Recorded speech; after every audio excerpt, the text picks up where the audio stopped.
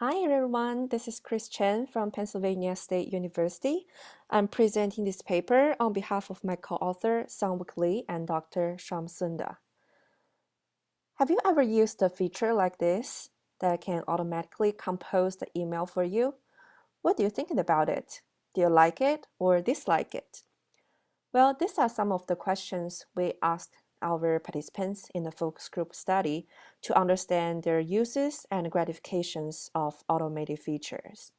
So what are automated features?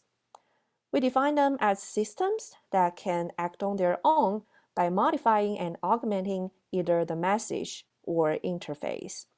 So there are a lot of automated features in our daily media experience. Some are featured by high passivity, like grayscale, can automatically turn your screen into gray without notifying you in advance, while others are high in interactivity, like the auto suggestions on Grammarly that will ask for your permission for each correction. And many others are a combination of these two, such as the smart replies on Gmail, auto photo tagging, and autofill. So this study uses the concept of interpassivity to understand the gratifications of automated features. And this concept has been widely used to understand the enjoyment of delegating tasks to other agents. So if interpassivity is an important source of gratification, this study would like to know what are the primary gratifications people seeking in automated features. And also, does those gratifications vary across different features? And the reason why we're interested in gratification is because it can drive the use of features. So we would like to unpack the link between gratification and use to well understand which gratification drives the use of which feature. So to solve all these research questions, we followed the dual method approach in U&G research by first conducting a focus group and then followed up by a survey study. We first did the focus group with 18 participants, and they provided insights in terms of their satisfaction, disappointment, and expectations of automated feature use. And we transcribed the focus group data and then coded them line by line to generate those gratification items. So two criteria help guide the item development process. So first, we want to make sure that all items are applicable to all automated features. So that's the purpose of this study, to increase the generalizabilities of the finding. And also, we want to make sure all items are positive in valence so we can capture gratifications. So here is a small example describing the frustrations one encountered when using the automated message because it doesn't reflect that person's personality. So to change this frustration into gratification, we rephrase the sentence in this way.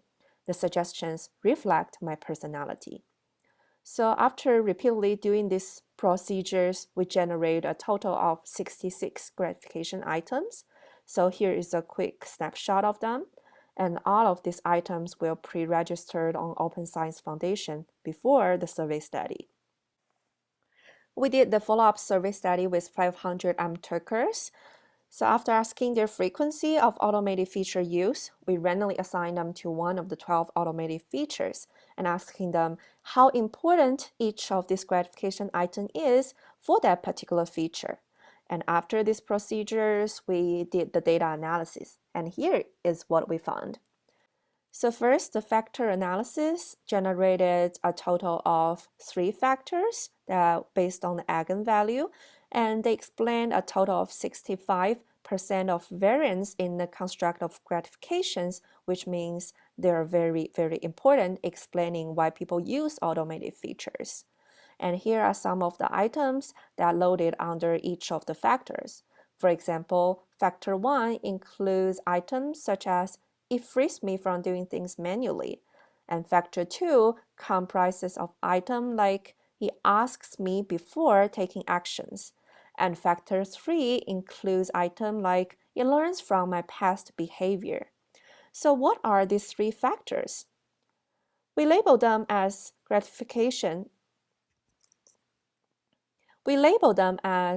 convenience, user control, and user profiling, which means user appreciate the automated features when it frees them from doing things manually, when it gives user a great sense of control, and it learns from their past behavior and build a profile for them.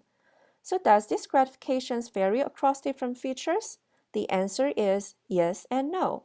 So for the gratification of user control, it was perceived as equally important across all the 11 automated features.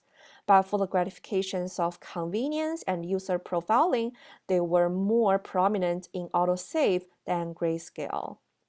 And in terms of the gratification and use link, we found that the gratifications of convenience and user control were related to the use of different automated features. But user profiling is the only one that driving the use of all automated features, which is surprising.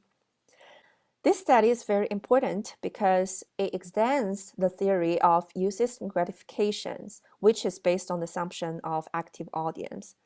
However, our study points out that users are not just want to be active all the time. Sometimes they also want to be passive in a way by delegating the task to other agents, such as automated features.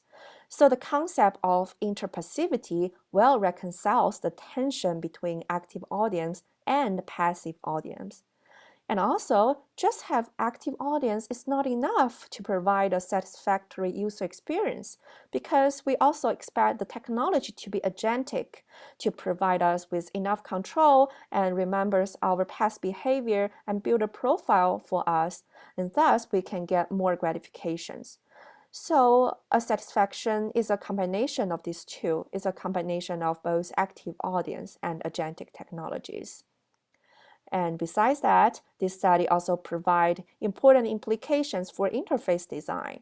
For example, we can make the gratification of convenience more salient after using the feature of autofilling. We can tell user, you have saved 2 minutes compared to manual typing. Then they will really feel that this feature is very convenient and helping them save their times.